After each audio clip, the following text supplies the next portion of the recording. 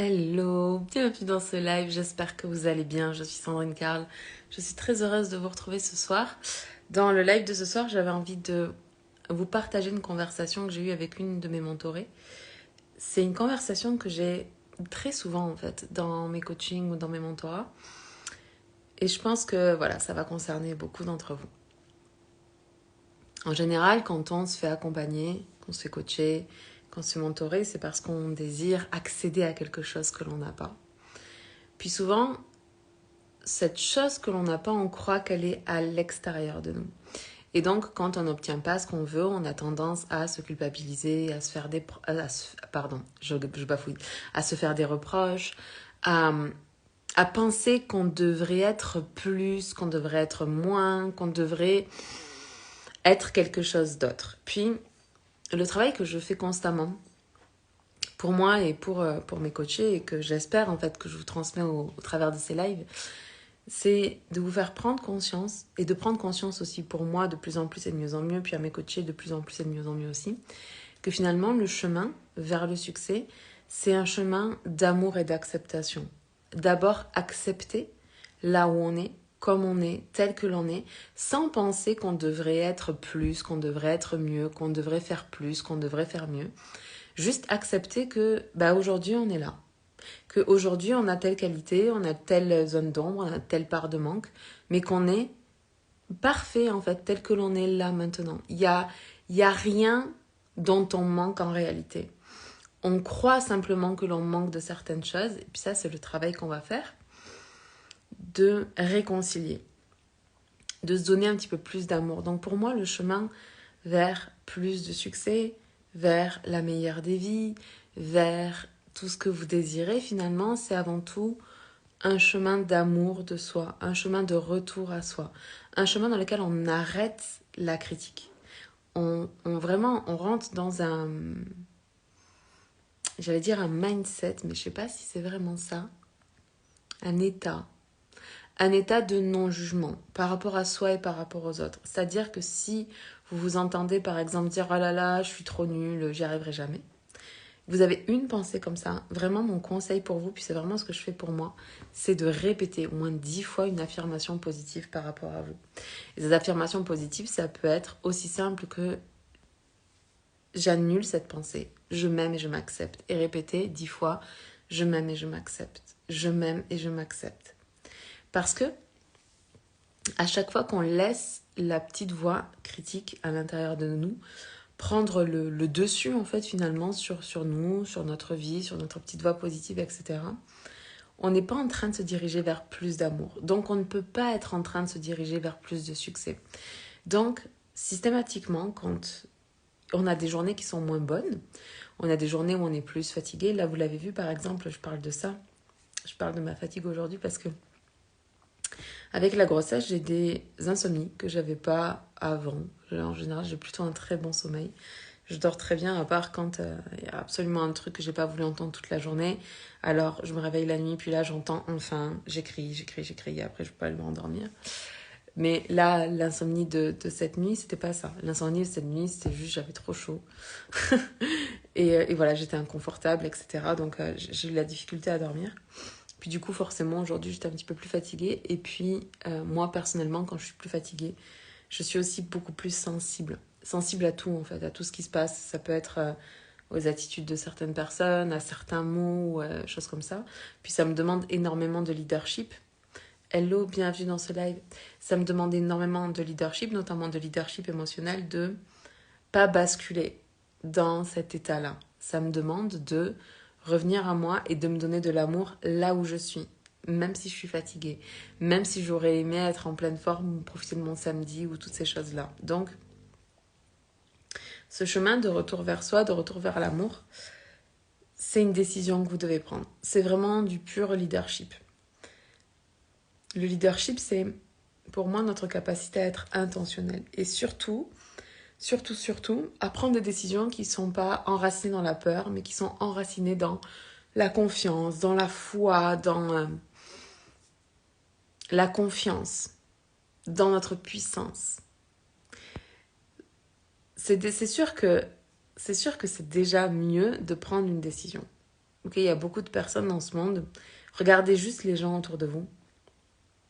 Regardez ceux qui avancent, qui ont des projets, qui construisent leurs projets et qui avancent constamment. Puis regardez ceux qui semblent faire un petit peu plus du surplace dans leur vie.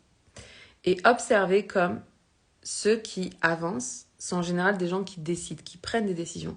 Parfois des bonnes, parfois des moins bonnes et c'est ok. Les autres, ceux qui semblent ne pas avancer, sont des personnes qui restent constamment dans l'indécision. Et en restant dans l'indécision, en fait, ils laissent le volant de leur propre vie aux autres. Et finalement, ils ne sont pas en train de vivre, ils sont en train de subir ce qui se passe pour eux. Et qui sont les décisions, voire parfois les indécisions des autres aussi. Donc, déjà, prendre des décisions, c'est une première étape. L'étape d'après, c'est vraiment de se demander, ok, cette décision, je la prends par peur, parce que j'ai peur de manquer, parce que j'ai peur de ne pas réussir, parce que j'ai peur d'échouer, parce que j'ai peur de ce que les autres vont penser de moi, parce que j'ai peur de ne pas être capable, parce que j'ai peur, blablabla. Ok ? Puis si la réponse est oui, ne prenez pas cette décision. Ça ne veut pas dire ne restez pas dans l'indécision, mais demandez-vous ce que vous feriez si vous n'aviez pas peur. Quelle décision vous prendriez ? Et puis faites-vous confiance que c'est la bonne décision pour vous. Maintenant, pour revenir du coup à ces moments où, comme ma coachée là, ma cliente en mentorat, où la petite voix négative, elle reprend le dessus, puis vous comprenez pas pourquoi, parce que ma cliente en mentorat, en fait, je prends pas de débutants en mentorat. En mentorat, c'est uniquement des personnes que très souvent j'ai eu en coaching avant, et on a pu libérer, puis je connais leur niveau de leadership, et le mentorat, finalement, c'est un espace dans lequel on a des discussions qui sont puissantes et qui permettent d'aller au prochain niveau. Puis je lui ai demandé simplement d'aller se connecter, de faire une visualisation, puis de se connecter à la version d'elle qui a déjà ce qu'elle désire. Je ne suis pas en train de parler de la version waouh définitive de à la fin de sa vie, etc.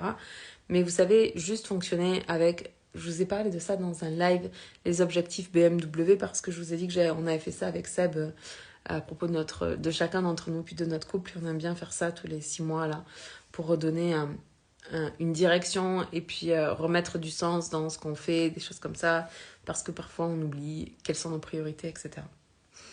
Surtout qu'on a eu les 6 premiers mois de l'année qui ont été quand même assez intenses, assez chargés. Donc bref, donc BMW, pour ceux qui n'ont pas vu ce live-là, c'est de définir un objectif bien. C'est-à-dire que si vous atteignez ce truc-là, bah c'est bien, vous êtes content. De définir un objectif meilleur, c'est-à-dire que si vous atteignez cet objectif-là, c'est encore meilleur. Puis définir carrément un objectif complètement waouh. Et puis si vous atteignez ce truc-là, c'est comme vous tombez en genoux devant tant de grâce en fait présente dans votre vie, quoi. Donc j'ai demandé de se connecter à la version d'elle qui avait déjà les résultats qu'elle voulait, puis de voir comment est-ce qu'elle agissait, qu'est-ce qu'elle vivait en termes d'émotions, c'était quoi sa vibration finalement. Et de voir quel était le gap, la distance entre là où elle est maintenant, puis là où elle a envie d'être. Et au travers de cette discussion, elle m'a dit, encore une fois, bien sûr, elle s'aime plus que moi. Puis s'aimer enfin, comment dire, s'aimer plus, ça veut pas dire entrer dans de l'égoïsme ou de l'égocentrisme. Ça, c'est vraiment une très mauvaise interprétation de l'amour de soi. L'amour de soi implique déjà, premièrement, et ça va peut-être comme vous surprendre, mais qu'on se prenne au sérieux. Puis quand je dis se prendre au sérieux, je parle pas du côté de l'ego, mais combien y a-t-il de personnes sur cette terre, et j'en ai fait partie, qui se prennent pas au sérieux. C'est-à-dire qui pensent que leur vie n'a pas tellement d'importance que ça, pas tellement d'intérêt que ça, que les autres sont mieux, que les autres méritent plus, etc. Mais comment voulez-vous réussir quoi que ce soit si vous ne prenez pas un peu vos rêves au sérieux? Et comment voulez-vous vous engager pour réaliser vos rêves si vous ne vous prenez pas vous-même au sérieux? Vraiment, se prendre au sérieux, c'est tellement important. Et on a tellement entendu de phrases genre « Ah, ça va, tu te prends trop au sérieux », que du coup, en fait, on veut tellement être une bonne personne que finalement, on n'ose pas prendre nos rêves au sérieux ou prendre notre personne au sérieux parce qu'on a peur d'être jugé par les autres. Mais si on ne se prend pas au sérieux, qui va nous prendre au sérieux? Franchement. Je dis pas qu'il faut rentrer dans un ego débordant. C'est pas du tout ni mon intention, ni mes propos, ni ma pensée, ni voilà. C'est juste en dehors de mon monde. Vous le savez, vous me suivez, vous savez très bien que Pour moi, notre travail d'humain, c'est justement de revenir à qui on est vraiment, puis de sortir de l'ego et des peurs et de tout ce qui nous empêche de nous réaliser. Donc, c'est vraiment pas mon propos là. Mais la première étape, c'est ça. C'est qu'est-ce qui changerait si vous vous prenez vraiment au sérieux à partir de maintenant. Si vous vous donniez vraiment une chance de croire en vous, de croire en vos rêves et de vous réaliser. Donc, dans la suite de la discussion, je lui ai demandé d'aller voir, ok, en termes d'amour de toi aujourd'hui, de 0 à 10, tu t'évalues à combien? Puis elle m'a donné un chiffre et je lui ai demandé, ok, par rapport à ce chiffre, si tu devais faire +1, qu'est-ce qui aurait changé en fait? Qu'est-ce qui changerait par rapport à ça? Et je lui ai demandé de faire ce travail-là et c'est le travail que j'ai envie de vous donner ce soir. Hello Lydia, bienvenue dans ce live. Je suis en train de terminer, ma belle Lydia, donc tu pourras regarder ce live en replay. Je parle dedans de l'amour de soi. Et comment est-ce que finalement tout le cheminement, l'ascension vers le succès, c'est d'abord un voyage vers plus d'amour de soi. Donc voilà, je vous laisse avec ça. Je vous laisse faire cet exercice vraiment. Visualiser la version de vous qui a déjà les résultats. Puis essayez de ressentir dans son attitude, dans sa vibration, qu'est-ce qui est différent par rapport à vous. Parfois, c'est des choses très, entre guillemets, superficielles, c'est-à-dire elle ne s'habille pas de la même manière ou elle ne se comporte pas de la même façon ou elle ne parle pas de la même manière, de la même façon. Ça peut être extérieur. Et puis intérieur, c'est quelles sont les émotions qu'elle ressent qui dominent sa vie. Qu'est-ce qu'elle vibre au quotidien. Puis quel est l'écart entre là où vous êtes, puisque elle vibre, puis demandez-vous ou demandez-lui quel chemin elle a parcouru pour arriver là où elle est et avoir ce qu'elle a. Okay? Mais pensez que c'est toujours l'être qui déclenche l'avoir. C'est l'être aussi qui déclenche le faire. C'est pas quand vous aurez nanana, vous serez nanana. Parce que ça, vous pouvez le manifester. Combien de fois je le vois, des personnes qui manifestent une cuisine, une maison, une voiture, la relation idéale, etc. Mais qui ne sont pas devenues la personne qui est capable en fait de tenir tout ça. Et du coup, on a un phénomène de manifestation de réussite et derrière, l'autodestruction parce que l'ego n'a pas été traité. Les pensées négatives n'ont pas été traitées. Et du coup, la personne s'auto-sabote elle-même et auto-détruit ce qu'elle a créé elle-même.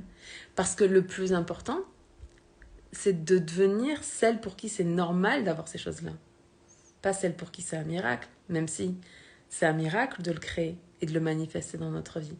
Et même si on fait tous les jours des miracles. La vérité, c'est qu'on a besoin d'abord de grandir l'humain pour que nos miracles restent dans notre vie. Je vous aime, je vous embrasse, on se parle demain. Bye.